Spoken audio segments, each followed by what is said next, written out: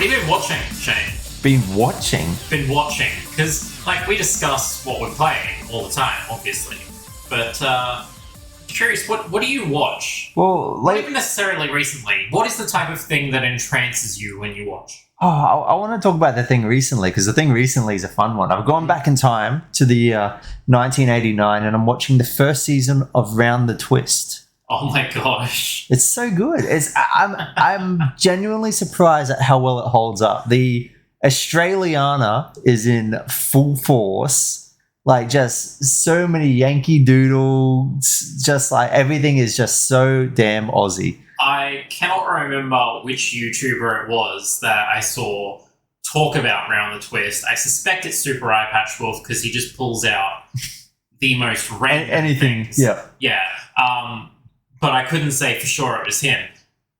But there is someone that discussed in particular an episode about a crazy killer clown type thing that was inanimate and also animate, and a person in some scenes and a scarecrow in others, and it was just weird, and I couldn't make heads or tails of it. And I've never seen any Round the Twist, so... Oh, okay, I was going to ask if you've seen it, because it's really odd. It's kind of like Goosebumps, but like Aussie. I thought you were going to... So there's a famous one. There's a famous one which people always talk about, and this is one of the latest seasons where they've obviously run out of ideas. And one of the kids swallows a fish, like this magical fish. It's called the Whirling Dervish. And it makes him an excellent swimmer because the fish is inside of them. And it's alluded to that the fish goes into that teen's penis and whirls like a propeller, thus making him go flying in the water. What was the rating? I'm pretty sure G or PG. Like, it's... This was an ABC show. This is an ABC show. It's so wild. And it's so funny to like watch these days and be like, whoa, we watch weird stuff as kids. It is incredible to me, the stuff that the Australian Broadcasting Corporation gets away with. And it is a government-funded station. That's what I was going to say. This isn't just like some people that have gone rogue. This is like a full-on like taxpayer money-funded thing. That is genuinely insane.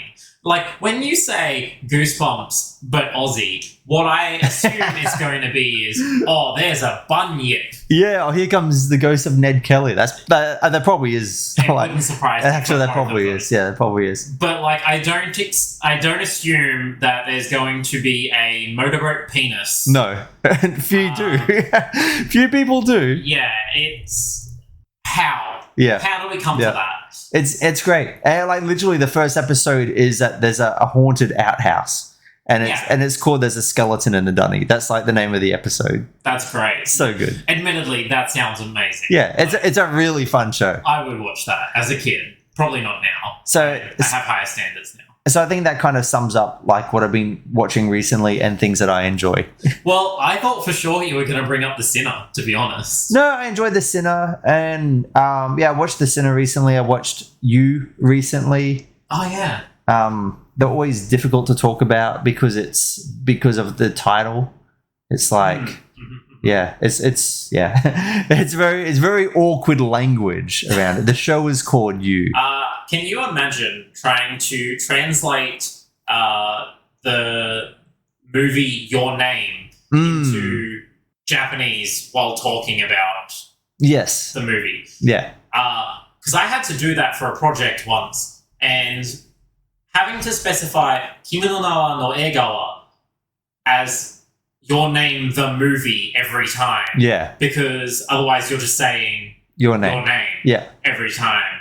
It was so frustrating and must have made for the most awkward and boring thing for my tutors to listen to. It's like the game Control that came out semi-recently. How do you control? It's one of the hardest games to Google.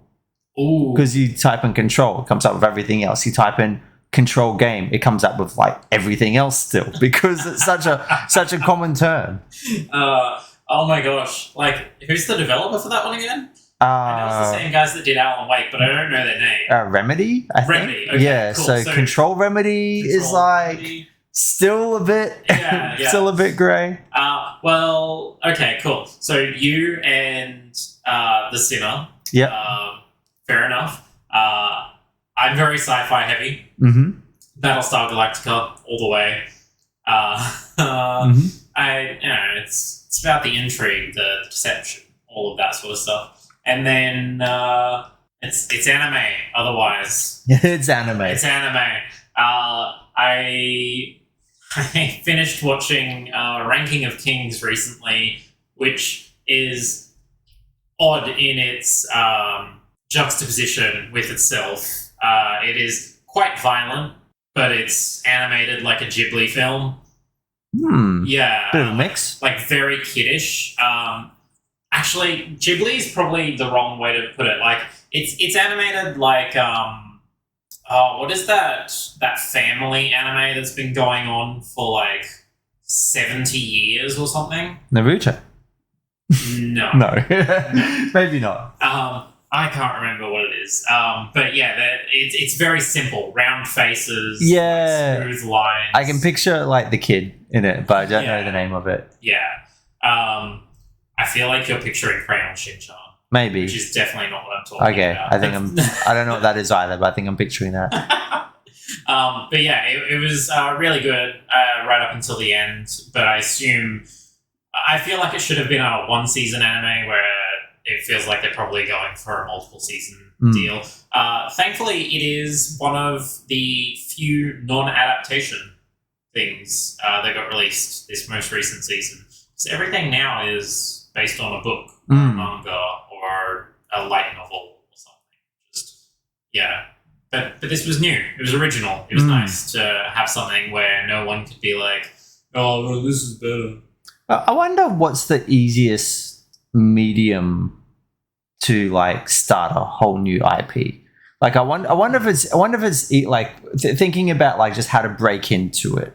Yeah. Like if you have aspirations for your IP to be a multi-faceted medium to appear in multiple places, like do you want to have a TV show, a book, a game? For a multi thing, I'd probably say TV. Maybe. TV is probably the hardest to pitch. Like if you start in TV, I think it's easier to diversify probably. But I think it's probably the hardest one to like get the pitch off of the ground for. Yeah. In terms of like getting people invested in a world, games easily because people will forgive games for being dumb in places to exposition you with the world and the characters and whatever. People forgive that all the time. Look at me, I play JRPGs. Oh, like game stories for the most part are pretty bad. Oh yeah. But like we view them on a different level. Yeah, and like there is a sliding scale. Absolutely. Of like medium to narrative. quality. Yeah, definitely. Yeah, we give them more grace than we perhaps should. Like sometimes I think this is a really good story, and then I think like, you know, is it? Compared to movies and compared to TV, I'm like, it's fine, it's serviceable. Yeah, I thought that once, and then I remembered that everything after season 3 of Game of Thrones was terrible. I haven't seen any Game of Thrones, so probably keep it that way. Can't comment. Actually, on the book thing, I always find it really odd the books that do take off into their own whatevers. Like, I don't know, like I'd never heard of The Witcher before the games. Yeah, that's fair, actually. Had you heard of Cyberpunk before No. the game either? Yeah. I've heard of like the term cyberpunk. Yeah, as like it's a genre. like as a genre, but more than like a thing where they're saying this is what the story of cyberpunk. Do you know it's based on a tabletop game? I think I did kind of in the back of my mind. Okay, yeah, cool. And even like the show You is based after a book or a book series. Anyway. Yeah, it kind of deviates a bit, but yeah, just stuff like that. I don't know. It's interesting. I hope there's no season 4. Oh, I'm pretty sure that it's happening. Already greenlit. I know, but like headcanon says it's finished. It's finished. It's finished. Like the ending has happened. Yeah. Everything now is non-canon. Yeah. Actually, speaking of non-canon, I watched the Star Wars animes this week. I didn't know there's Star Wars animes. They did like a whole bunch of shorts on Disney Plus. Yeah. Each episode was usually around about 12 to 15 minutes long, and they were all done by different studios. Oh, cool. Like the Animatrix. Yeah, and they're all completely non-canon. And man, I love Star Wars when it does not have to adhere to the stupid lore surrounding the Skywalkers. Yeah. Yeah, just go silly. Oh my gosh, the lore, like the world building in Star Wars is actually just so good, and then the lore drags it back down because it has to adhere to this story about these one family that are all strong in the Force, and it sucks. Wasn't there a whole bunch of Star Wars media that was declared non-canon? That they like flipped it back and said, "No, that's not real You anymore." mean the stuff that they're now adapting into TV shows and calling it canon? I don't know. Yeah. Something. I just know it was something. I just remember there were all these things that were like once canon, and now they're like, nah, we changed our mind. That didn't really happen. Yeah, we didn't authorize this, so how wild! Now. How wild that you can just walk it back and be like, oh, for the last decade we've said that this is part of the story, but now it's not part of the story. I mean, I guess that is probably the biggest argument for why consumers should not get invested. Yeah. Like, everyone gets the angry, screaming fanboy archetype as a thing in your head that you know about, and then Disney comes along, spends only $4 billion for Star Wars. That's a lot of money, but I remind you that Microsoft spent $70 billion on Activision Blizzard. Yeah, I was actually gonna say I could buy like 15 Activision Blizzards for that, which is insane if you think about it. Do you know how much Disney spent on Pixar? No, this was ages ago, wasn't it? Yeah. They spent $10 billion on Pixar. $10 billion? They spent more on Pixar than they did picking up Star Wars. That's insane because that happened ages ago before Pixar was like really like I think juggernaut. It happened after Cars. Oh, okay. Because Cars is like that is actually a little later in the timeline than I thought. Because Disney always was the distributor for the Pixar movies. Yeah, so they're I think Disney owned the IPs for the films. Yeah, but they didn't own Pixar itself. Kind of like Pokemon with Nintendo and Pokemon and the Pokemon Company and Game Freak and Game Freak and fingers in the pie. It's weird. It's always weird when you have cases like that where people are still kind of independent-ish, but Tembo the giant elephant says hello. Yes, he does. And I said, the badass elephant. Oh my god. He says hello, and I say, welcome to episode 11 of Game Surgeons Podcast, a podcast series where we dissect video game mechanics and the ways they interact and intersect with both each other and the narrative being told. My name is Shane, and I'm here with Kyle. Hello. Hello, indeed. It has been a hot minute since you and I have sat across from each other. Is that what we're calling it? Just a minute? Yeah, it's been a month or so between quarantines and what have you, but we are back in the saddle. When did the flood happen again? Oh gosh, it predated the flood. Jeez. Yeah, that feels like a long time ago as well. I know, right? Hot damn, what have you been playing? So many things. I'll narrow it down into the couple that I purchased, yes, I guess, during that time. I've put a couple of hours into Gran Turismo 7. Yes, 7. It's still Gran Turismo. It's always online. I hate always online.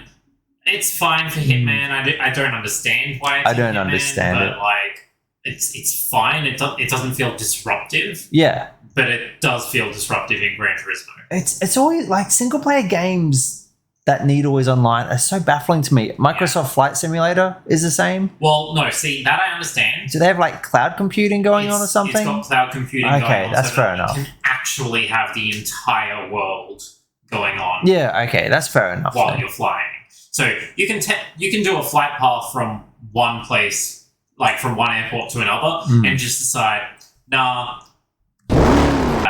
I'm going to just go ahead and fly to New Zealand instead. Yeah.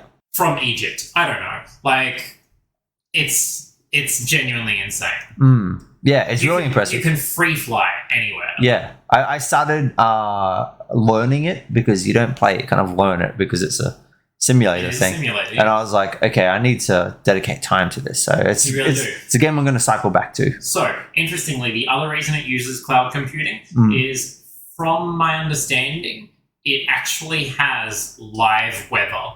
Oh, that's cool. So the cloud formations that are present in-game reflect what's actually happening IRL. Okay.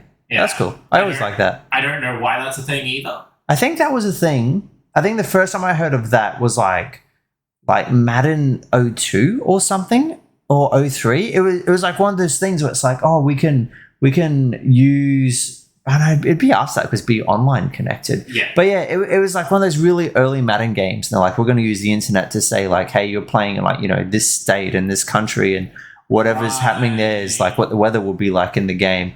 And I thought that was so cool, but it's like, but it's so like, whatever. Yeah. Yeah. Well, see, to a game where it actually affects things, it actually, to be fair, it probably does affect It probably things does. in Flight Simulator. Gran Turismo 7. Yeah, Gran Turismo would affect things. Yeah. So it actually changes the wetness level of pieces of the track because the water pools, I think we've mentioned this before, actually, while recording, now I think about it, and dries at the appropriate places on track. That's so cool. Which is... We're living in the future. We are. I actually haven't heard much of Gran Turismo. Give me a rundown. Is it good?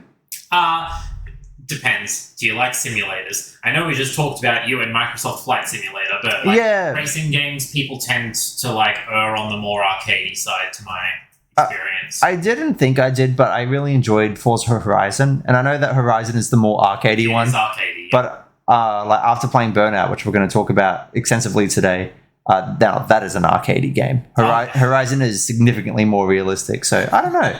I actually wouldn't have picked that. Oh, dude, it was bizarre. It was very bizarre. I remember like I'm getting ahead of ourselves here, but I remember doing some like turns in Burnout, and I'm like, how am I making these? Like, in no way would I ever make this type of turn in Horizon. Like, it's so impossible. That's Burnout. Yeah, that's Burnout. Gran Turismo is very heavily on the simulation side. Yeah. If you want to be doing drifting, you need the right suspension. You need the right tires. You need the right drivetrain. And if any of those words meant nothing to you... Yeah, half of them didn't mean anything. Yeah, you are out of luck. Yeah, maybe it's not for me then. So, I'll be honest, it baffles me in a lot of ways. I'm not exactly a car person myself. But I understand big number, go bigger. Yeah. And that works for me. And then I can just look up things online if I need to. From what I can understand just from reviews, because like I said, I've only played it for a few hours so far, there's not enough content in this game to actually justify this game yet. So I am hoping they add a whole bunch more events soon. Yeah. Yeah. I guess we always knew it was going to be a games as a service type of game. Did we though? Oh, surely. Why does it have to be? Yeah, why does it have to be is the question. Like, it's the one reason that they've like given for it being always online is that everyone is able to purchase from the same used car garage. I don't know this for certain, but I suspect that after a certain number of that same unit is purchased around the world, like it gets sold out, because I've seen some cars listed as sold out in the used car garage. So that's kind of cool and also horribly frustrating. I think it is a feature that I'm like, wow, that blows my mind. And also, but it really disrupts the actual fun of the experience. Yeah, it's like, also it doesn't have to be this way, but I guess it's going for simulation, so... Yeah, like... simulation. I'll let it fly, but I don't like that. Yeah. I have also been playing a little bit of Tiny Tina's Wonderlands. Again, only a couple of hours of that, because I buy games and then I sample them. Yeah. It's basically more Borderlands. It feels a bit better than Borderlands 3, but having not put a lot of time into it yet, I can't say that for certain. Considering I only put a few hours into Borderlands 3 as well, like probably 5 times, maybe 6 times what I put into Tiny Tina's Wonderlands, but like only a little bit in the grand scheme, especially compared to what I put into Borderlands 2. But yeah, like it's more. Well, they changed some things up. Melee feels better now. Yeah, I guess I would have a bigger influence on that. Yeah. Did you ever play the Tiny Tina DLC for Borderlands 2? Yeah, I loved it, man. Yeah. It was actually one of the main reasons I decided to get this. Actually, I will say one of the main differences in this is that multi-classing is a thing. Oh, cool. Yeah, so you can dip into other classes to get like abilities that complement one another rather than just relying on what's in the class that you have and buffing those up past their limits. That's interesting because that actually changes the formula like quite a bit. Yeah, like that changes it significantly. So yeah, that's something that I'm looking forward to breaking in this game because I chose a melee class for some reason. Just for something different, I suppose. In a first-person shooter, that's what I do. Just to mix it up. Yeah, as well as that Elden Ring, which I think I'd had before. Yeah, I think you just got it. Yep. Honestly, I've put next to no extra time into that. I still suck at it. It's hard. Yeah. I don't understand how FromSoft got to this stage of popularity. Except I do understand it because, damn, this world is beautiful. Yeah. And the world building is actually just such good. But, like, I'm beating my head against a wall 50 times until the wall crumbles. Yeah. Apparently. That's not even me losing to a boss. That's just there's apparently hidden walls. You're just hit 50 times. You're just trying to break through those walls. Yeah, Elden Ring is like, I'm so torn because I've seen so many comparisons to Breath of the Wild, and like in all the ways that gets me really excited. But I've also heard that this isn't the type of game that will make you change your mind if you don't like that other games. Well, that's the thing. I don't dislike it. I just suck at it. Yeah, well, and I have to I'm gonna have to grind, which, you know, is what I do in JRPGs anyway, which this is a JRPG, even if it's very heavily Western influenced.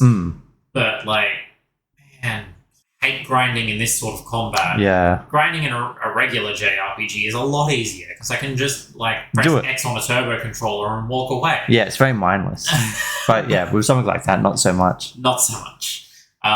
And then Project Triangle Strategy. Yes. Which is the second worst name for a game of all time behind Project Octopath Traveler. Yeah, I was going to say Octopath Traveler's probably up there. I don't know, Kingdom Hearts have some pretty offensive titles out there. And yet somehow still they are beaten out by those two. Yeah. Just remember, it took naming them the project names to beat 358 over 2 days. Yep. What? Yep. What? Yeah, again, I've only put a little bit of time into Project Triangle Strategy. It's alright. I suck at strategy games. Yeah, I'm so bad at them, but I love them. I'm always so torn. You know why I dove into Project Triangle Strategy? Why is that? Because they delayed Advance Wars. Yes, they did. Yeah. That's right, it's still not out, is it? No, so I understand. Oh, that's right, they pushed it back because of the war. Yep. Oh, it's so funny. Like, I get it. It's like, it's kind of like when the pandemic began and they pushed back The Last of Us Part 2. And then, did they? Yeah, they did. And then they realized that, like, the pandemic's going to keep going. Yeah, they're like, this is probably going to last a while, so they didn't push it back that far. Okay. But yeah, with Advance Wars, it's like, you know, I get it. Like, there's probably not too many people that are just like, yeah, I want to go get a game about war right now when there's a conflict between like Ukraine and Russia, which is like worldwide news. So, you know, from a marketing perspective, even beyond any like respect or sensibilities, it's just like, if we release it now versus like in a couple of months' time. And that's the thing. It's more of, it's a bad look. Yeah. It's a hard sell. I get it. But man, like, I haven't played an Advance Wars before. Oh, that's great. I was really looking forward to it. That's so fun. That's my type of strategy game, even though I'm still bad at those ones.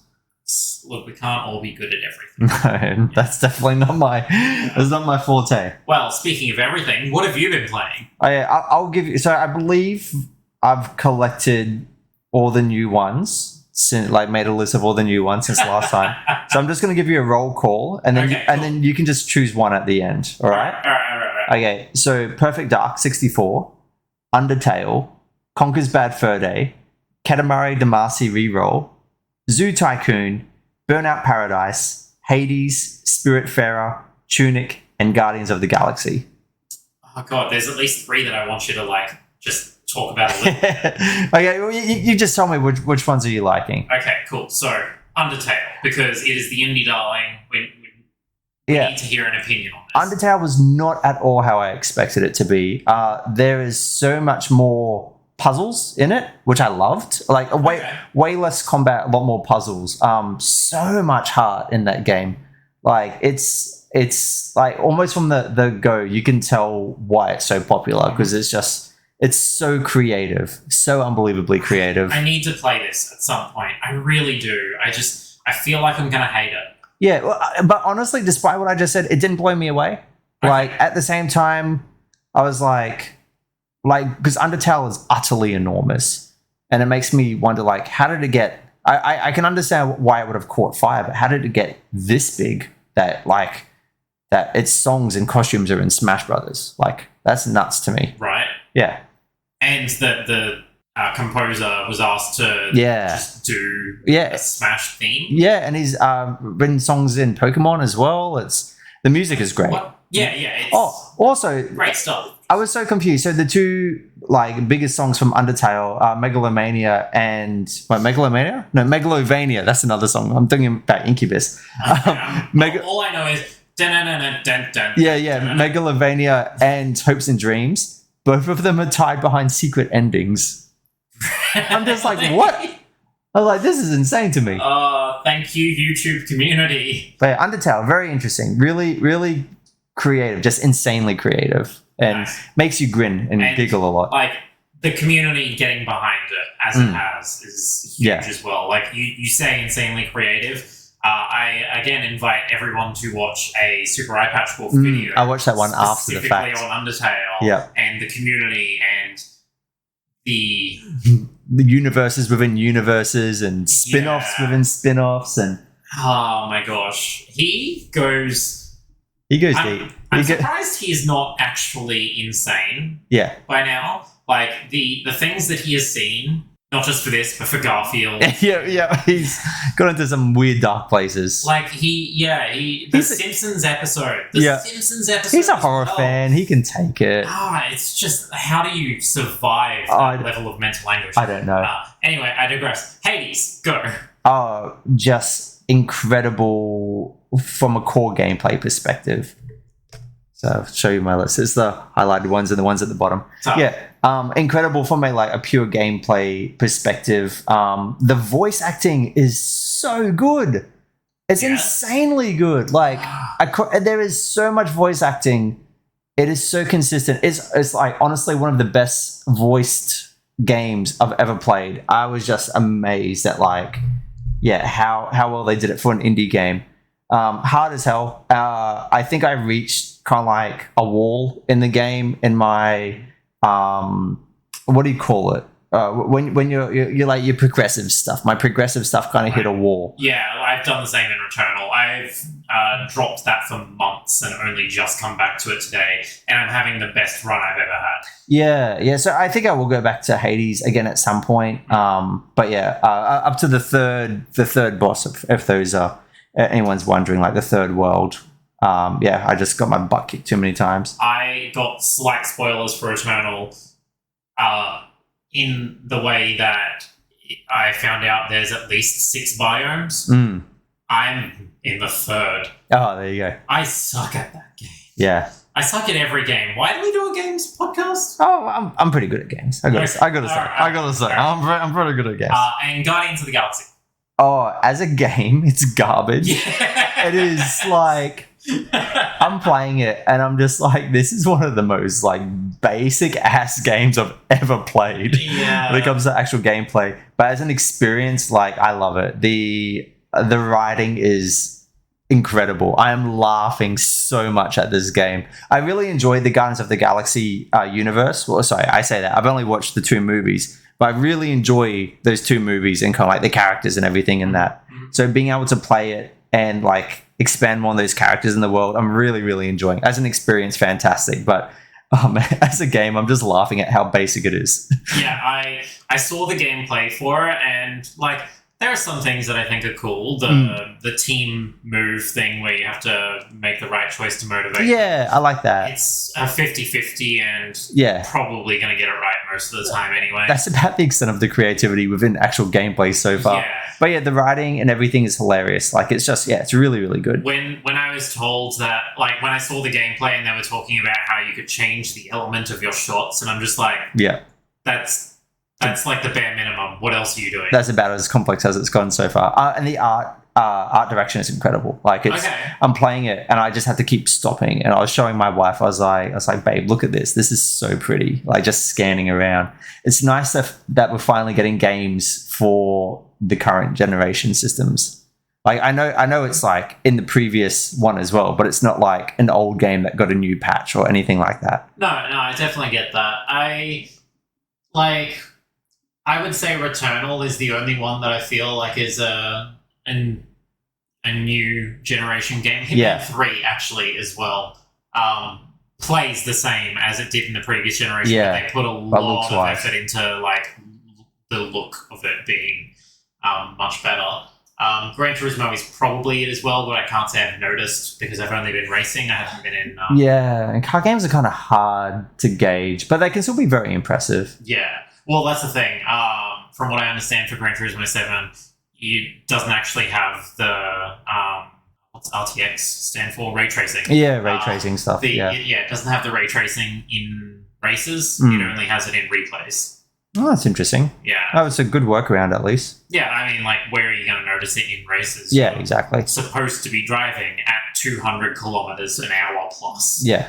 Like, it'd change too fast all the time. I can understand that. I really didn't think that I would be impressed by graphics anymore. I always felt like it was just going to be so incremental, but I'm still finding moments where I'm like, wow, would you look at that? Just stop and pan. Yeah, the ones that actually make you stop and appreciate it. But again, it's usually about art design more than anything else. Like if there's just really strong art design on top of good actual graphical fidelity, that's when you go, oh man, this is some good stuff. This is why we love Nintendo, because they just have really good art design. They do, even without the graphical fidelity. Except Pokemon. Yeah, like Mario Kart. It still looks great, and it's a port of a game that came out. Oh gosh, on the Wii U, so 2014, 15. And even new stages are ports of mobile tracks. The new ones look worse because it's not even up to the standard of that year.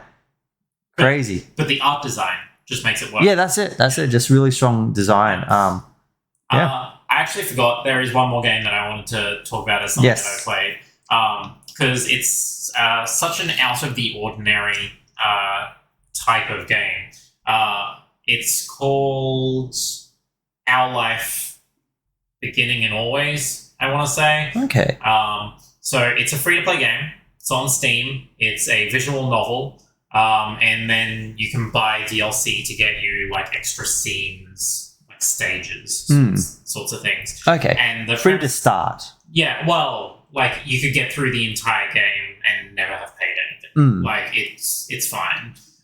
It doesn't gate progress. It just gives you more moments, if that makes sense. Yeah. The premise of the game is that you just grow up with another kid in the same town, and you get to hang out over the period of 14 years. And if you want, you can fall in love with this kid. You don't have to. Yeah, but the fact is friends. The fact it's open is pretty cool. You actually get to customize your character as well, and you don't see your character, but it'll be things that they'll comment on in the game, which is pretty cool. It makes you feel seen, which is rare for a visual novel. Most of the time, a visual novel is you're playing as this girl crushing on these 5 guys. Pick one. Yeah, you have to have sex with one of them. Yeah. But that doesn't happen in this. Yeah, that's interesting. We have a different approach. Yeah, I feel like visual novels. No, I was about to do them a disservice. I was going to say I feel like a lot of visual novel type of games are a lot more shallow than they need to be. But no, that's not true. That's just that there's a lot that are very shallow, but there's still a lot of bangers out there. I would put this as one of the shallow ones. Don't get me wrong. I love it. I've spent probably $20 on it getting the various DLCs, just because it gives me like just a warm feeling of nostalgia, I guess, like being a kid again and growing up and having a best friend type thing. And yeah, I chose to fall in love with him because why not? What else am I going to do? This game, it's a visual novel. You're supposed to fall in love with them, right? Yeah. Sorry, but that was a horror. Like it's yeah. Well, it's one or the other. Someone in the comments, whatever form the comments are, recommend us some good visual novel games to play. Yeah, legitimately. I'd love to cover a good visual. Have you played Doki Doki Literature Club? So I played a few minutes of it, realized there were no choices, and decided I really play this. Oh, okay. Yeah. I haven't actually played it. I just know that's a very popular one. It's very popular. I tried playing for 20 minutes and it just kept throwing text at me with like no break, and I'm like, I'm sick of this, and I just closed it. Like, what do you think of the Yakuza games? There might as well be visual novels. Oh man.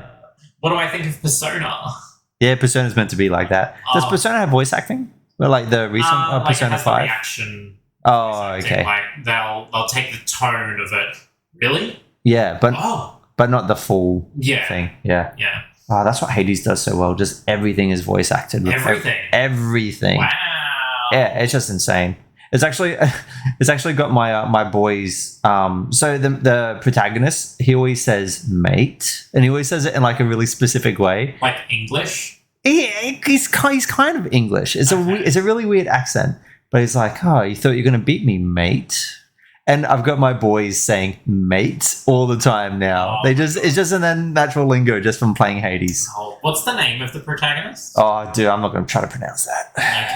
Okay. I'll be honest. The thing that appeals to me most about Hades is I'm thirsty for like literally every character in that game. I've heard a lot of people say that, but it was a lot less like sexual than I thought. I don't think the game's meant to be overtly sexual. Yeah. I just think all the characters are very sexy. Yeah, I think I went in because I've heard that, but I think I went in with the expectation of like everyone being like hypersexual because it's like, you know, it's Greek. Like it's, I mean, you know, everyone was just having sex with everyone.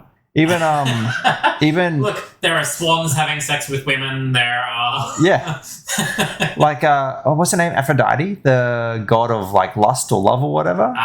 The goddess of love. Yeah, goddess of love. Yeah, I think it's Venus technically in the no, it's Aphrodite in the clamshell in that. Yeah. Even she wasn't like, I don't know.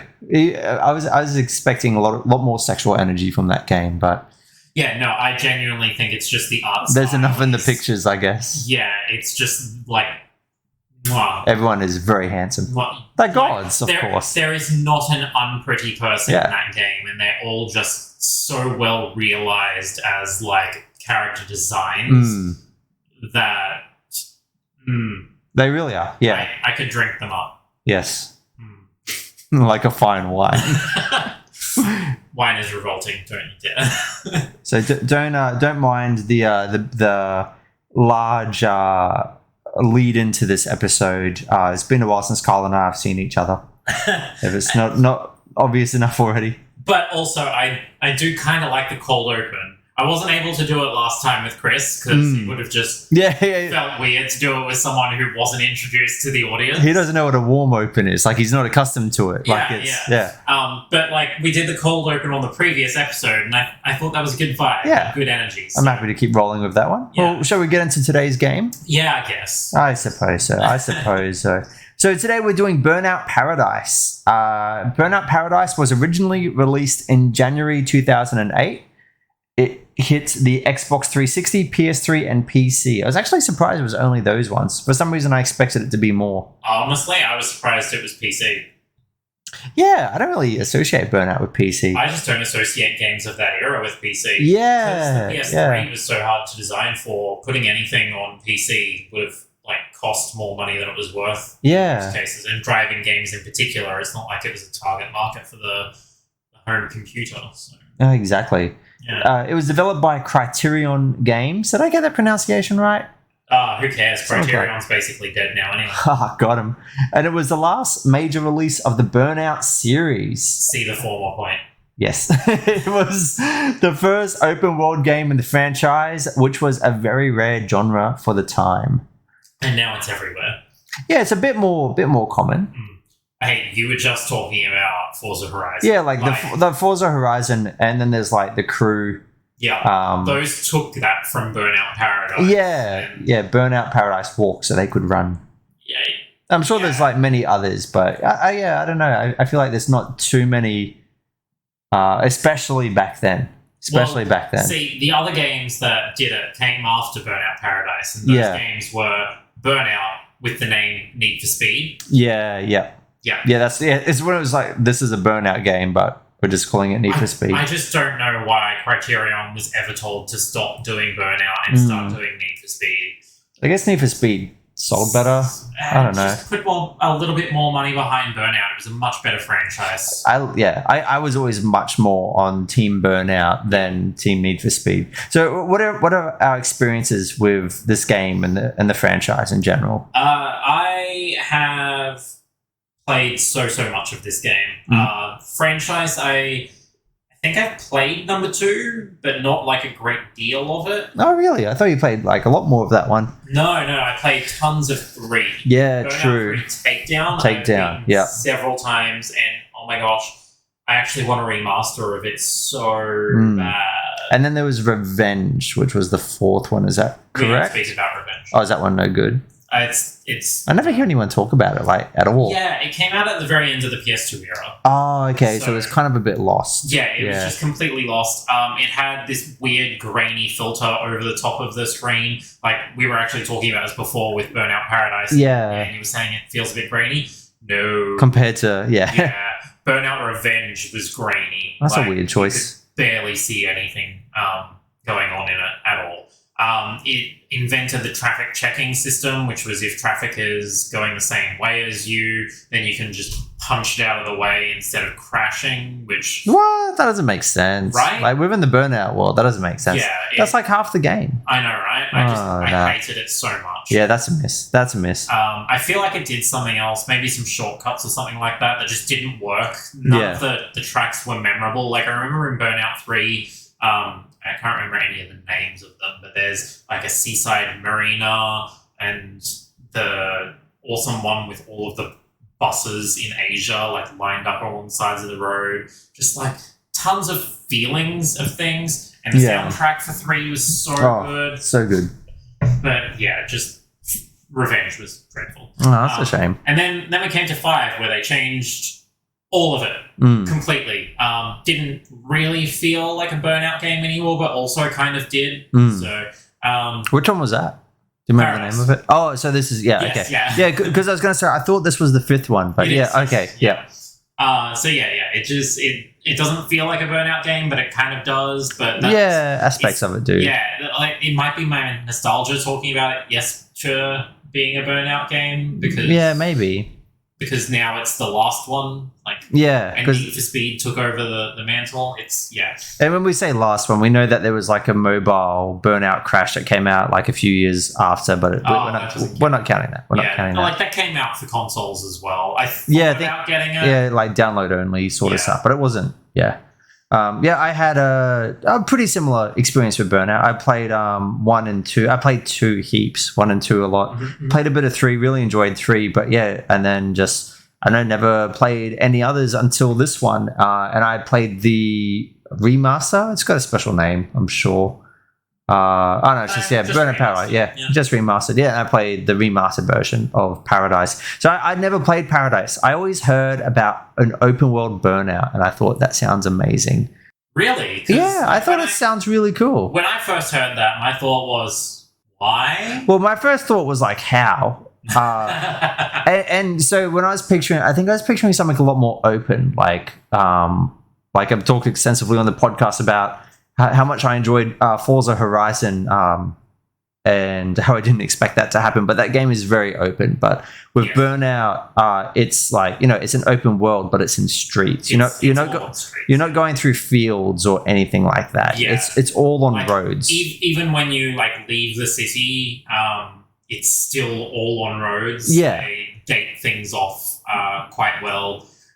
The world design still makes it believable to me, actually, which is an achievement, I guess. But yeah, it's like hills and mountains getting in the way, tons of barricades blocking you off. You can get onto train tracks. I like that. I thought the train track stuff was cool. But I did appreciate how like open the world was. Like it was like when you have a race or whatever, like there are some where it's point to point, but there's a lot of races where it's like this is your start point and this is where you need to end, and you just go whichever way you want to get there. And like the game will try and direct you the fastest legal way to get there, as always. Which means yes, there are some shortcuts, train tracks, jumps, things like that that you can go through. But like you don't have to take that way. And often there is another way that is slightly longer kilometers wise, but because it's straighter track, you can go at higher speeds. So that's gonna work out better for you. I know anytime that I was told to go to the Wildcats baseball stadium, yes, I have played this game enough that I remember. You remember? Yeah, I would just say the stadium. The bottom right corner stadium.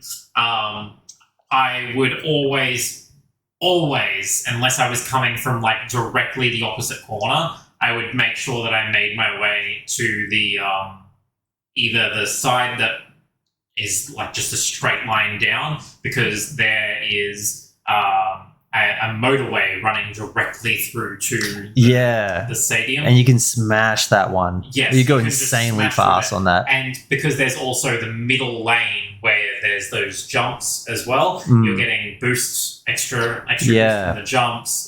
You're able to just swerve off of that and go into oncoming traffic to get that risk versus reward that we'll talk about shortly. This whole game is about risk versus reward. Even like when you're talking about the open world, when you're saying, you know, you could go the way that's a bit longer, but it's a bit more open and flat versus, it's like a lot of it is a lot of decision making. But go on about the map design and stuff. So the map design heavily focuses on the city part, let's be honest. Like that's where most of the roads are. Then when you get out into the country, there's lots of road, but they're like longer one roads. Yeah, they don't intersect quite as much. No. And they tend to loop, like, loop's not the right word, but like curve a lot more. Yeah. So being on those outer tracks, it is really more of that risk versus reward in terms of go straight but a longer track, or go direct, but it's a bit of a winding track sort of thing.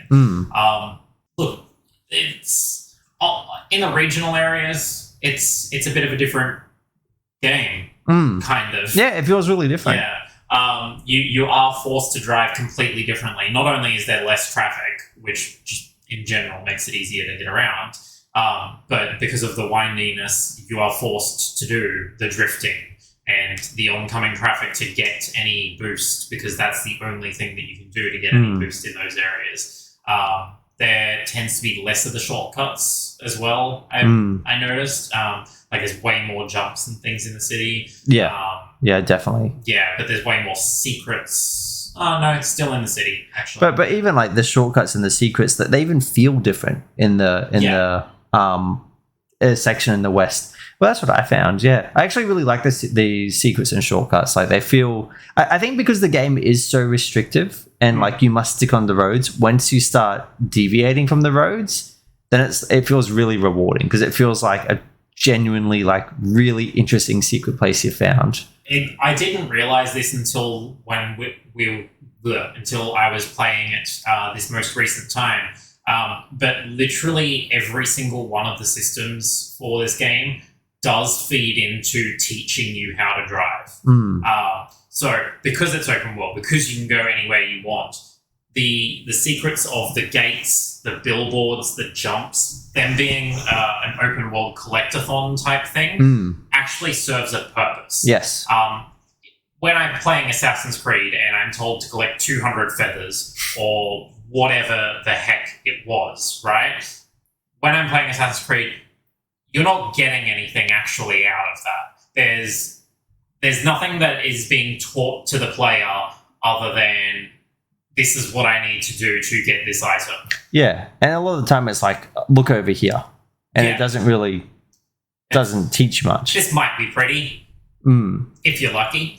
But with Burnout, when you are trying to find gates, which is outside of the races, you'd just be wandering the open world to get to another race or event of some kind.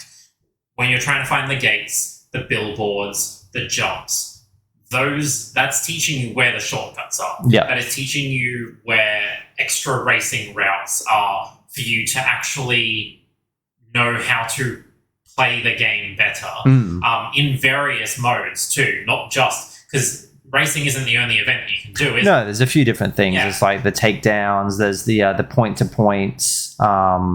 There's the one-on-ones. Yeah, one-on-ones. There is the stunt drives. Yeah, the stunt drives. That's right. We have to try to get a lot of points and combos and stuff. Yeah. I hate the stunt drives. I actually didn't play any of them the most recent. Oh, I'm pretty bad at them. Yeah. Like sometimes you get a really good run, but other times I'm like pretty bad. I just don't bother with them if I can avoid them. Marked Man. Yeah, that's right. Yeah. But I know what you mean. I found the exact same thing. Like as I'm going through, and because that was my favorite bit of the game, just finding the shortcuts and the secrets. Yeah. And I think part of that is because those shortcuts and secrets are so well designed, and there's a lot of like care put into the art design of them as well. It's not just like, oh, here's a secret tunnel. It's like, no, this genuinely looks interesting. Like this is like I found like a quarry type of thing, or like a mine type of thing. That one? It's a bit more. I think it's in the western area. Yeah.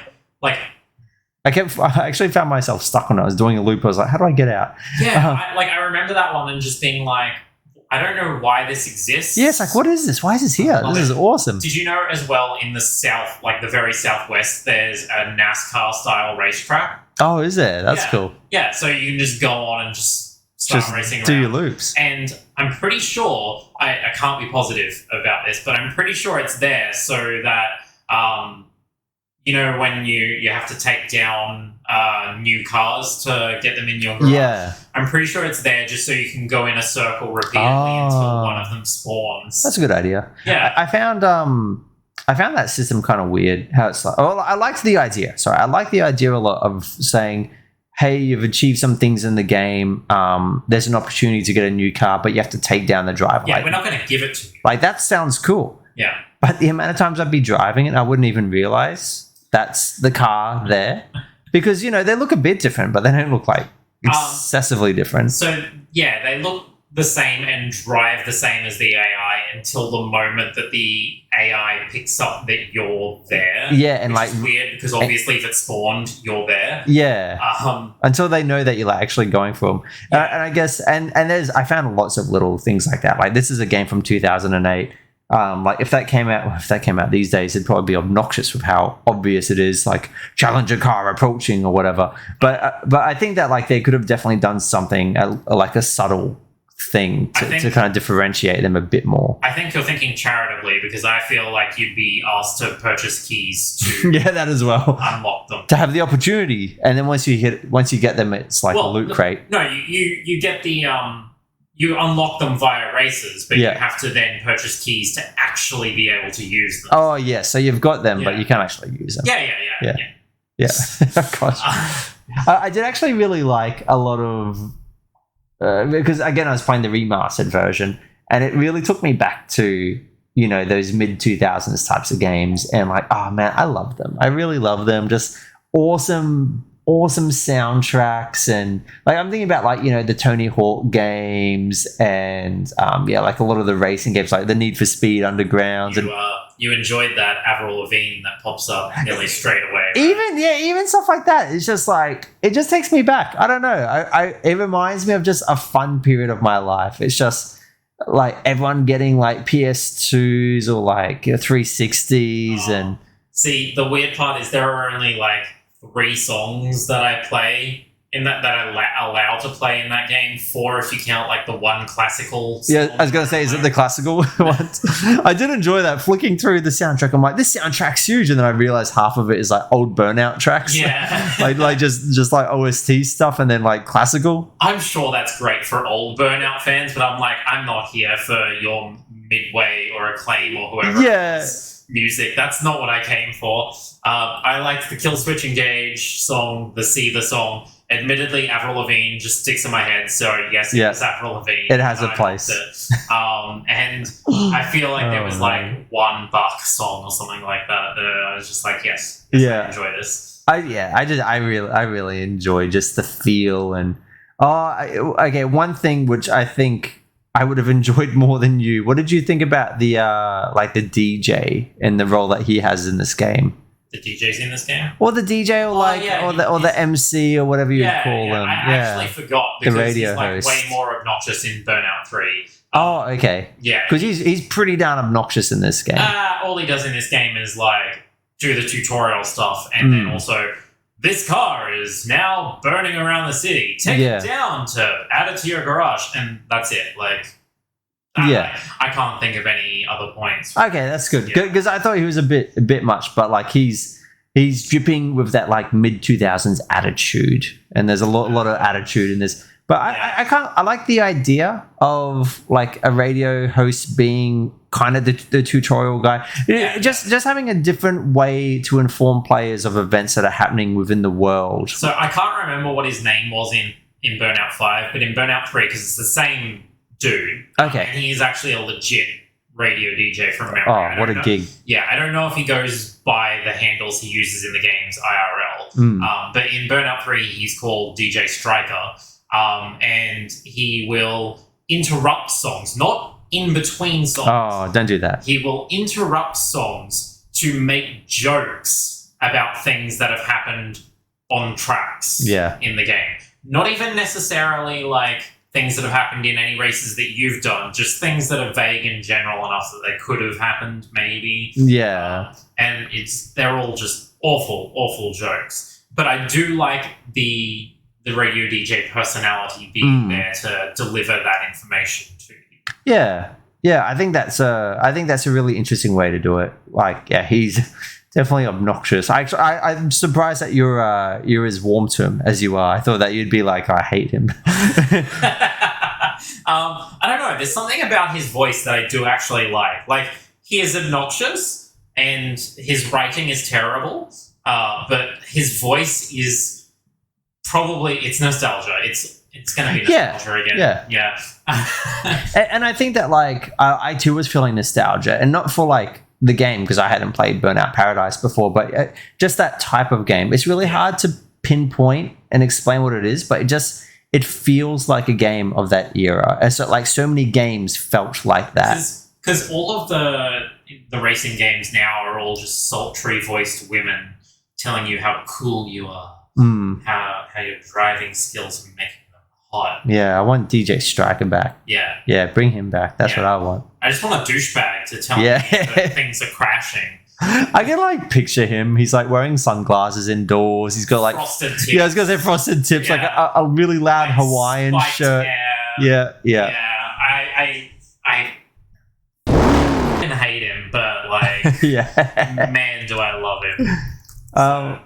Talking about the open world a little bit more, I found it interesting that the way you start all of your challenges or events is always a set of traffic lights. Yeah, I actually thought it was always an intersection, but now that I think about it, because the camera sits behind you and looks up, I guess it is always lights. It's meant to be lights, because I think there are like some T intersections that don't have lights and you don't have an event there. Maybe.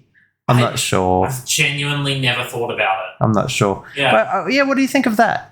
I think it's great. I think it makes a ton of sense. And obviously you can't accidentally start anything because you have to be stopped at the lights to be able to start any of the events. I think it's a great way to have a huge amount of variety. The thing that I disliked is the license system. Yeah, I thought that was pretty poor. The idea of like upgrading it by doing any challenge is good. Yeah.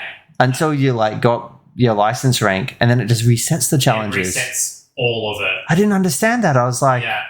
But worse still, they're still the same events. yeah, I know, right? Yeah, so that's why I don't understand. If it shuffled it every time so that, like, some races, like, it changed the finishing point from where you were at that thing, or it changed which type of event it was on that thing.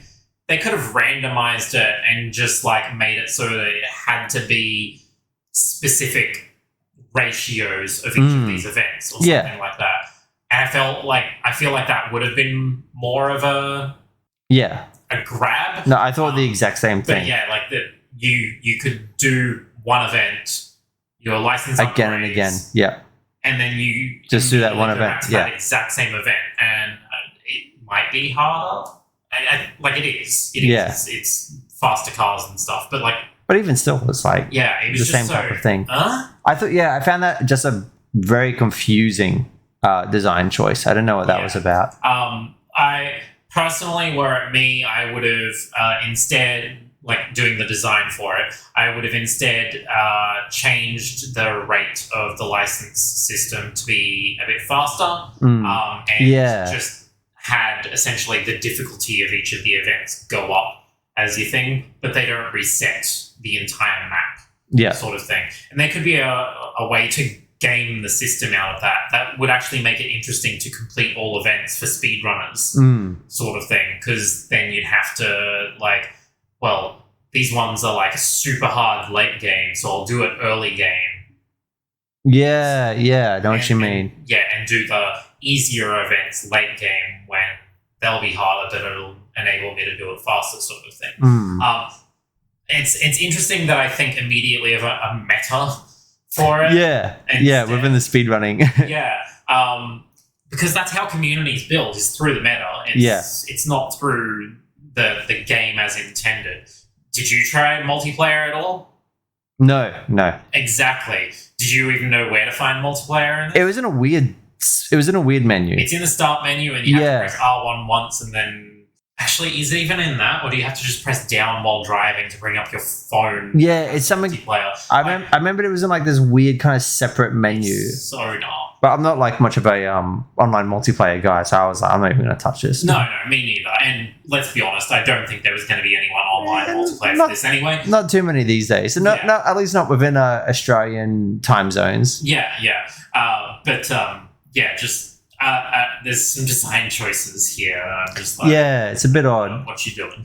Yeah, but one design choice I did like was every street having a time trial, though. Yeah. So I actually brought this up when you were talking about Forza one time. I remember, and I was curious to see if this was the thing that Forza had adopted, because I loved this. Yeah, I thought, like, when you mentioned it at that time, I was like, this is a cool idea. I've never thought of this. Yeah, and the fact that you can, like, again, meta, like, game it so that you are going at top speed before you start. As soon as you start it, because you don't start at 0. You just start, like, whenever you start the street. Yeah, exactly. You just do the entire street, and you've blasted through it at 300k an hour, like, killing it, hoping you've dodged every piece of traffic along the way, because, oh my god, there is so much traffic. I love it so much. It's something that's sort of carried over from previous games in that it does unlock something. I'm pretty sure it unlocks a car if you beat the time trial on every street. Oh, that makes sense, yeah. And I would never do that, but I just love it. Yeah, I think it's a really cool idea. I'm surprised that more games haven't taken that idea. Right. There is actually a looping motorway around the city as well in Paradise. And the time trial for that is divided into 4 sections between toll gates. Oh, that makes sense. Right? I love it so much. They've done such a good job with that. And I guess that is one of the benefits of it being a more rigid, closed-in open world. Because it'd be, the impact of like each street having a time trial, it wouldn't be felt nearly as much if you're like going just across streets and going through fields and stuff. Or on top of that, if you accidentally go off the street a tiny bit. If you veer off too much into the dead zone, then it says no. Time trial over. That's it. I think the closed off system works really well for Burnout. Something that doesn't work really well. Did you know about Showtime mode? No. Oh, is that that crash mode that we were talking about before? Yeah, I had no idea. Yeah. Because I was playing it, I'm just like, where's crash mode? I was like, do I like? How is it not just an event? Yeah, that's what I was waiting for. I was like, where is the event for crash mode? Like, I can think of a number of places where it would just be an event. Yeah. There's an intersection near a bridge in the southwest corner of the map that has 2 huge jumps on the bridge. You could just start at that intersection and redo the traffic. Yep. And bam, you've got a crash course right there.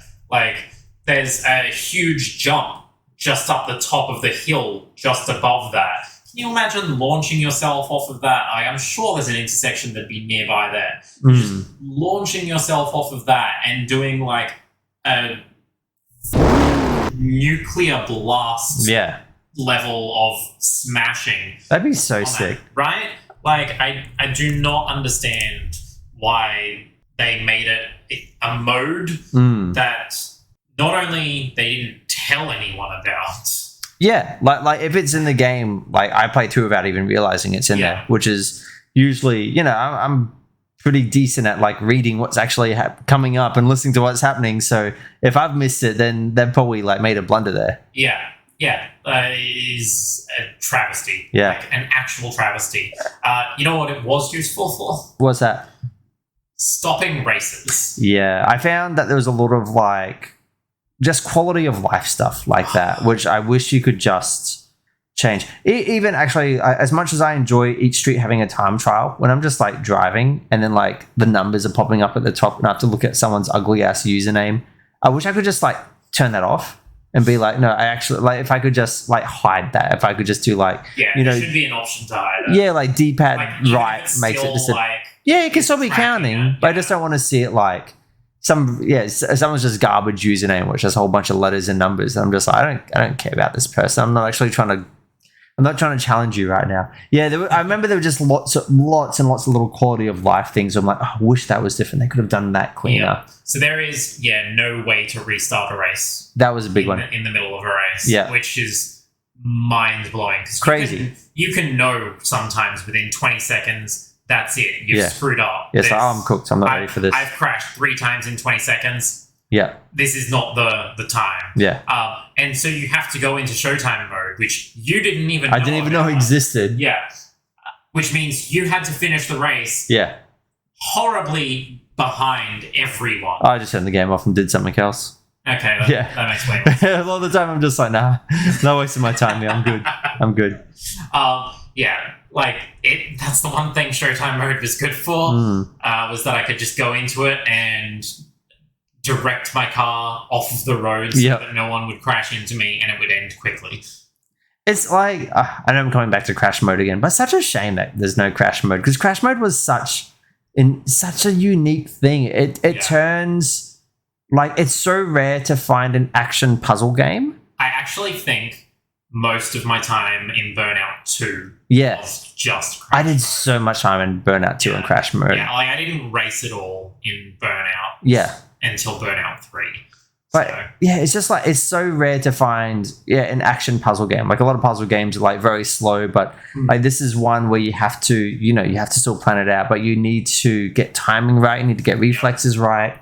And it's just, I always thought it was such a unique thing. And I think they stumbled upon like pure gold with crash mode, and alas, it was not here. And it was the people that were behind it left Criterion, made their own studio, and tried again to do it with a game called Dangerous Driving. I haven't even heard of that. Wow. Exactly. They didn't have any IP behind it, any push behind it.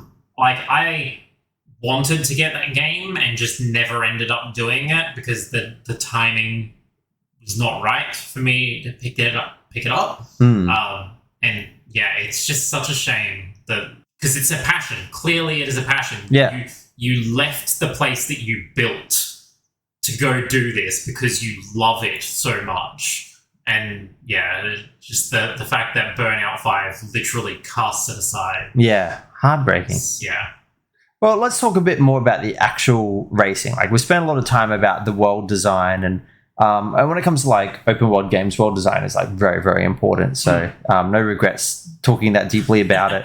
But like Burnout is so good. Like it's fun arcadey racing, but it's so risk versus reward in the series. The way that you get your boost bar up is by doing dangerous things like driving into oncoming traffic, near misses, jumps, crashing through stuff, doing like cool drifts and stuff. It's literally like taking down opponents, which is a very big portion of it as well. But it's just literally doing anything cool, and it's just giving you boost. And like that is the perfect recipe. Like if you're playing a game, you're doing dangerous, cool stuff, and that's what you're actually meant to do. If that's the objective of the game, that's even better. And it's all risk versus reward because the stuff that you're doing, apart from like crashing through signs, that's easy. But like driving towards oncoming traffic, near misses, like that can go like pear-shaped so easily. When you're especially going after near misses as well. Like, traffic swerves. Yep. So they don't know what you're going to do. Yeah. So they're swerving, and for some reason it's always in the direction you're going. Dude, it feels like it, eh? I'm like, no, why did you go that way? If you just kept going straight, damn it. Yeah. Yep. So yeah, there is that risk versus reward behavior to give you the boost meter. Which there are 3 different boost meters in the game too. So one is for because there are 3 different types of vehicles. Oh, that makes sense. Yeah. So one is for stunt driving vehicles. There doesn't seem to be any actual delineation between stunt driving. They sort of appear in everything. One is your burnout vehicles, so the sports vehicles. Yeah. And one is your heavy hitting. Vehicles. Yeah. Those are good for takedowns and stuff. Yeah. Do you know what the difference is between the stunt vehicle and the heavy hitting vehicle's burnout meters? Oh, I saw it like in a menu somewhere, but like I wouldn't be able to tell you. I have I went looking. Looking. Yeah, it's something different. Yeah, like gameplay wise, I have no idea if there is a difference between them at all. But they're pretty minor. It's not anything huge. Well, the thing is, because the burnout one, that is a huge change. Like it changes how I play the game entirely. So what's that one? Is it like you just have to chase the burnout constantly, or? So you can't use your burnout until it's a full bar. Yeah. Which with the other 2 bars, you can use it whenever. Yeah. And if you use the whole bar all at once, you get a humost refill to the bar. Yeah. And so you can chain burnout bars constantly, repeatedly. Yeah. I think my highest in my most recent play, I got to like 12. I don't know how that happened. That's insane. Surely you have to have looped the entire map. Yeah, what the hell? Point. What the hell? That's nuts. Yeah. It was awesome. I felt so good about it right up until the moment where I slow motion crashed. Yeah. And some of those crashes are brutal. Especially the ones where you like you see it happening the moment before it happens. Yeah, and you try to swerve and you're like... Yeah, you're like, oh no. And then slow motion crunch, you just see the front of your car just completely crumple. Oh man, the only thing that could have made it better is if there was a ragdoll person. I know, just shooting out as well. Straight out through it. Did you use any of the DLC vehicles out of curiosity? Yeah, some of them were like too fast though. I was like, whoa. I'm like, these things are insane. I'm like, these have good stats. And then I didn't realize you just shoot right off. But I tried like the motorbikes and I tried some of like the little toy cars and stuff as well. And they all do feel a little different. I love the toy cars. So random. I love it so much. They're remote control cars. I would not be surprised if that was where the idea for Rocket League came from. Potentially. It's so fun. Yeah. It's just fun.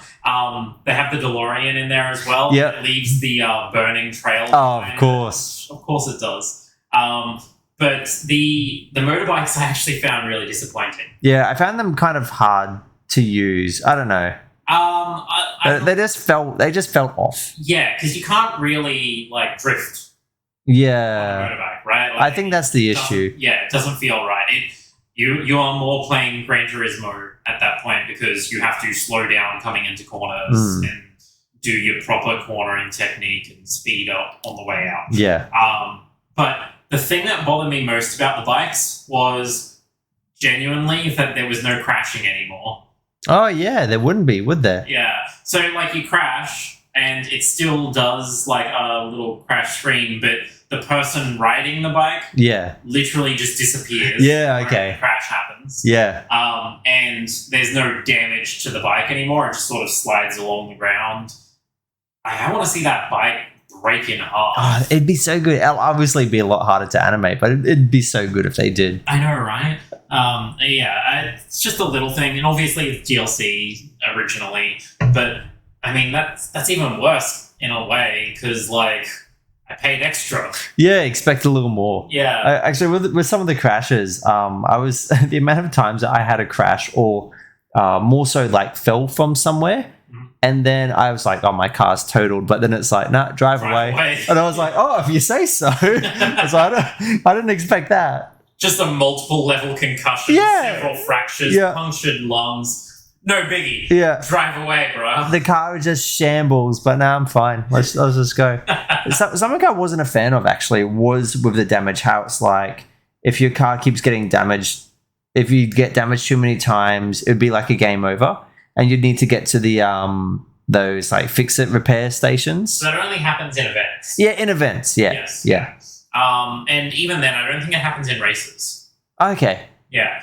So it is only the marked man and the takedown. Oh, that's not too bad then. Yeah.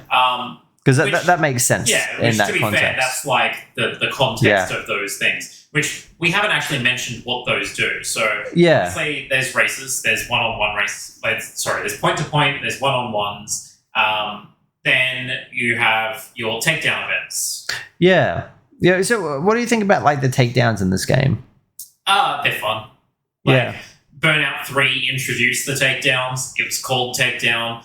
It's always just been satisfying to smash an enemy into the guardrail and watch them just fly. Yeah, crunch, flip, sparks. Yeah. It is a really satisfying gameplay loop. Yeah. And like doing other things like pit maneuvering them or like forcing them into oncoming traffic. Oh, I love that. I love that. That's my favorite. So when you're in a shoving match, and like both of you are side by side, you're both going into each other. Away because you know there's traffic. Yeah, and you see the traffic coming, you're like, no, you just get out of there. Head-on collision, you're like, yes.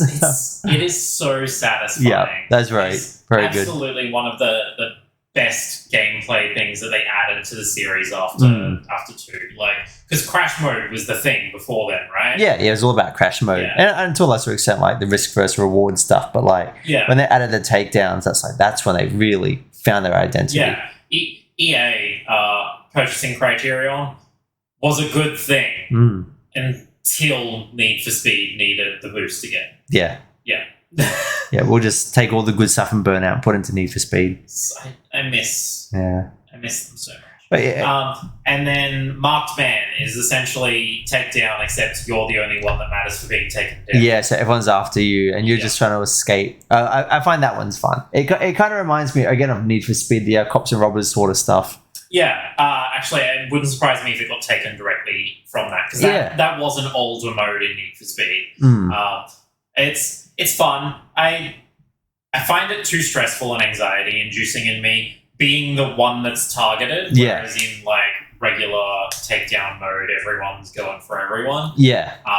But being focused on, especially when they like spawn inside streets at 100k an hour and T-bone. Oh yeah, just come out of nowhere. Yeah, it's insane, and I just get paranoid. You can't drive too slow, because if you're driving too slow, they're going to come at you fast. Yeah, they'll catch up. If you drive too fast, they're going to grind against you until you hit oncoming traffic. The same thing that you did to the ones in takedown mode. Yeah.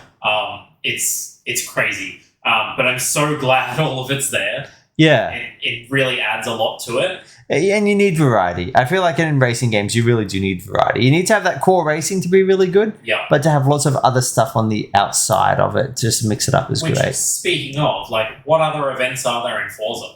Oh my goodness, there's heaps. Okay, so there's obviously the races. There's stuff where it's like speed cameras, where there's just a stationary point and you just need to go as fast as you can through it, and you can get the highest speed. Yeah, and you can go through like any angle, anything. Have this huge run up. Right. There's specific jumps where you're aiming to go as far as you can. Yep. There's speed zones, which is like there's a start and an end finish, and it measures your average speed all the way through it, which is a really interesting take on the speed camera. Yeah, because sometimes it's a straight and sometimes it's got lots of curves. Yeah. So like your speed will go real down it for one bit, but then like pick right back up.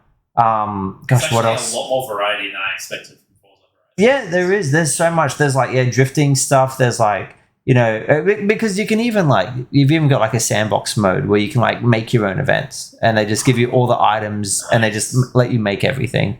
So there's some cool ones in there. So I've seen ones where they give you like bowling pins, and you've got like a certain amount of time. You just have to knock over as many bowling pins as you can with your car. How is this the second episode in a row that we've talked about a bowling mode in a game? Oh yeah, that's right. Tekken had it, didn't it? Yeah. Yeah. So there's a lot of fun stuff in Horizon. I think just because racing games are fairly straightforward for what you do, like there's not a ton of variety. It's just about getting really good at what you do. Yeah. Having those extra things is great. And I think what makes Burnout so good is that risk versus reward, because it's more dynamic. It's not just getting really good at doing this one race and this one line. You don't know if they're going to swerve towards or out of the way. Enemy combatants, because they are combatants. They really are. They really are. They could do anything. Everything feels dynamic, and I love that. Yeah. I love that. All right, I don't know how much there is else to talk about. Yeah, no, that kind of wraps up like a lot of things I wanted to say. Yeah, just like your Burnout lives and dies by risk versus reward. A lot of the open world stuff, it teaches you like the shortcuts as you're doing collectibles. You're like, I can actually use this in my races. A lot of aspects like that. I think is a very smart game. A lot of systems tie together really well, really well. Everything feels coherent. Like there's not anything where I'm like, you meant cohesive. Cohesive, yes. So I mean that one more. So it's been a long day. It's been a long month. Yes, it's been a long month. I think in a lot of ways, all the issues we can have with Burnout Paradise, I think in a lot of ways it's a very good victory. It's a good progenitor for what current arcade racing is. Like, I don't think Forza Horizon as a franchise exists without. Oh, certainly Burnout. not. Certainly not. I don't think Need for Speed in its current form exists without Burnout. And admittedly, that is mostly because Ghost Games, the current developers of of Need for Speed, are basically all ex-Criterion devs from the end of the last Criterion Need for Speed. Makes sense. Yeah. I basically, if it's an arcade racer in the modern day, Burnout Paradise is probably where it started, because it's the first open world one, at least that I can think of. At least on a big scale. Yeah. Actually, we didn't touch on this episode, but it is something that we have touched on previous episodes. The blinker. Oh yes. Genius. Yep. Yeah. There's nothing else to say about it. Just your car blinkers indicates to tell you to go in a certain direction. And just really subtle things. It actually reminded me a lot of Dead Space with like the like diegetic information. Yeah, just really subtle. Like you can just see your health on your back. Yep. And just the blinker just says you should be going this way, and I'm like, okay, I'll go this way. Yeah. Yeah, I think that was really smart as well. Yeah, I think there's a lot of Burnout DNA in a lot of games these days, and I think that the industry is all the better for the franchise. So I'm glad that we could give Burnout its flowers here. It's because it's the last time anyone's ever going to. Well, like I always wonder, like, what would a Burnout look like in modern day? Like, what would a modern day Burnout look like? I feel like it wouldn't work. It's just, to me, it's just such a product of its time. Like, legitimately, yes. Yeah. It's because Forza Horizon also has the thing going for it where it's virtual tourism, right? Yes. So it's Horizon 3 was Australia. Horizon 4 was England. Yes, I think England. Some in the UK, and 5 was Mexico. 5 was Mexico, yeah. And like that's the thing. It's very location based as well, so it's got that extra selling point. Yeah. Burnout doesn't have that. Because it has a strict adherence to non-realism. It doesn't really have anything more than the mechanics going for it. Yeah. And let's be honest here. I think losing Crash Mode loses a huge part of what the franchise was. And so it makes me sad to not see it anymore. In fact, I wouldn't be surprised if that was why the team shifted to Need for Speed instead. It was so that they didn't have to try to figure out a way to do Crash Mode anymore. Yeah. But yeah, it's just sad, man. Yeah, it wouldn't surprise me if, like, in a number of years, we see a Burnout revival of some sort, and it's a disaster. I'm still pulling for Burnout 3 as a remake.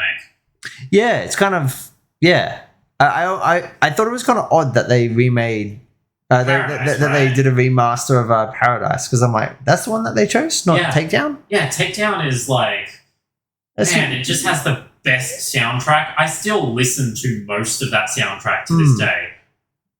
Yeah, and I feel like also the game's good. I feel like just universally, that's the most beloved one. Yeah, but there's a couple of things out there, like a couple of games where it's like, man, people really want this, but there's always a reason. There must be some reason why. The one I always think about, and there's a million reasons why it wouldn't work, but Simpsons Hit and Run, getting a remaster of that, that's like, to me, that's the golden goose. It's like, how is this not being redone? I thought they actually announced that. One can dream. One can dream. Yeah. Yeah, cool. Well, next time we'll be doing Splatoon 2. I am looking forward to this a lot. Yeah, well, both you and I are very, very big fans of Splatoon. Yeah, I don't play nearly enough of this game. Like, I should put way more time into Splatoon 2 for how much I love this franchise. Oh, I adore it. Like, I find myself just going through a bit of a phase where I just play so much of it. I would just smash it out and then go play something else for a bit. It's such a clever game, and I'm not gonna talk about it now because we have to fill at least an hour next time. Oh, I'm sure we will. But just everything. Like, I think the main thing we're going to be touching on is stage control and how that ties into movement in a very different way than it does in other shooters. So I'm just looking forward to the excuse to try and jump back into that DLC that I stopped. Oh, dude, it's so good. It's so hard. It's so hard, but it's so good. I was bragging about how I'm a really good gamer. I finished all that DLC on all the difficulty levels, which means all the different guns. And I'll tell you what, that last boss was insanely hard, but I got it done. Tooted my own horn here. There is an 8-ball level where it's just like, I can't even keep you on the track. Yeah. I'm done. Yeah. That's it. I can't do this. Oh, I love Splatoon. It's going to be good to get back into it. So thank you for joining us on this episode covering Burnout. Yeah. This is probably the most nostalgic I've been for an episode so far. So I really enjoyed this. Well, this is probably the one that we've gone furthest back, apart from Pokemon, but that was a bit of... But I didn't actually revisit the old games whenever we were talking about Pokemon. Yeah. Yeah. Which, I did for Burnout. Yeah. So I say bring it back. Bring back Mr. DJ Striker and all the attitude in the world. Yeah, I don't need any more of these sexy voiced women telling me about things. I want a frat bro. Yeah. Damn it. I'm going to go frost my tips in celebration. You don't have tips. No, I don't. All right. Thank you for listening, and see you later. See you later.